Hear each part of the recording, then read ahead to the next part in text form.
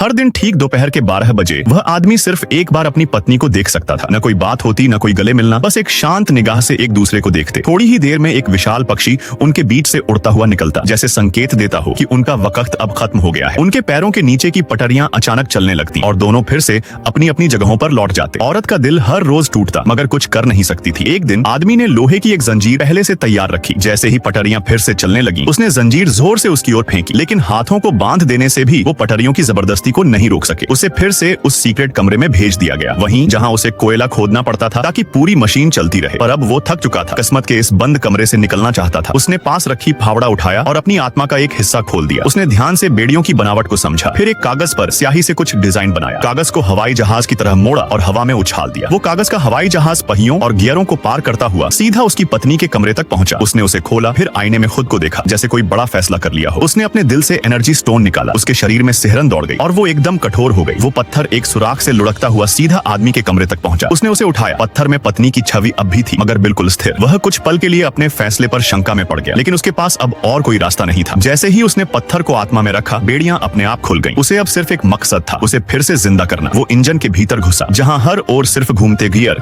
और धारदार मशीनी पुर्जे थे। किसी भी पल उसकी जान जा सकती थी, लेकिन उसने पैटर्न समझा और एक सेकंड के अंतर को पकड़कर सामने के पार निकल गया। शायद ये मोहब्बत की ताकत थी जो उसे हर बार बचा लेती। आखिरी लकड़ी की परत को तोड़ते ही वो एक नए कमरे में पहुंचा और शांत बैठ गया। 12 बजते ही पत्नी का ठंडा शरीर पटरियों पर चलकर बाहर आया। इस बार आदमी सामने नहीं आया। तभी वो विशाल पक्षी फिर प्रकट हुआ और आदमी उसके सिर पर सवार था। जैसे ही पक्षी पत्नी के पास पहुंचा, आदमी ने एनर्जी स्टोन को वापस उसके शरीर में रख दिया। उन्होंने एक दूसरे को कसकर गले लगाया और आदमी उसे लेकर पक्षी के सीक्रेट कमरे में खींच लाया। अचानक